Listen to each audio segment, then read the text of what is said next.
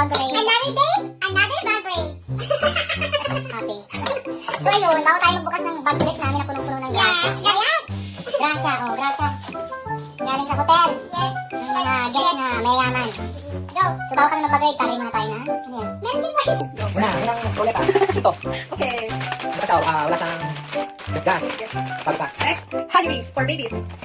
If you are, don't speak Tagalog in English. Okay. Ito. Next, last is favorite instant noodles. If you don't, Ayan, here, last here. It's almost 1.60 euros. okay. Next, mine is a bread. So, for breakfast, for breakfast. Yan yung tikman dito. Ano ba? And we also put them in there from this also. Yeah, here we go. Kalaman na mayonnaise. Yes! Oo. Wala pa na-open. Wala siyang issue.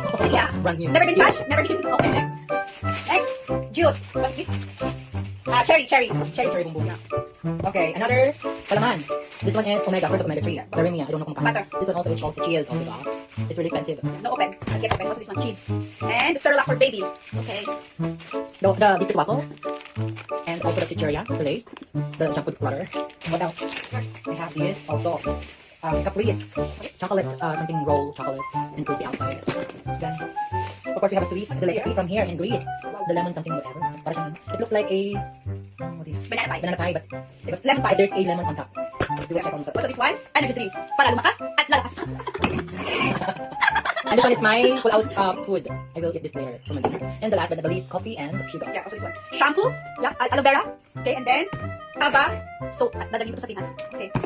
So yun lang for today. Thank you so much. Bye. Tomorrow again. Para sa marami ulit na makakalakad sa hotel. Thank you. Thank you. Thank you. Resto.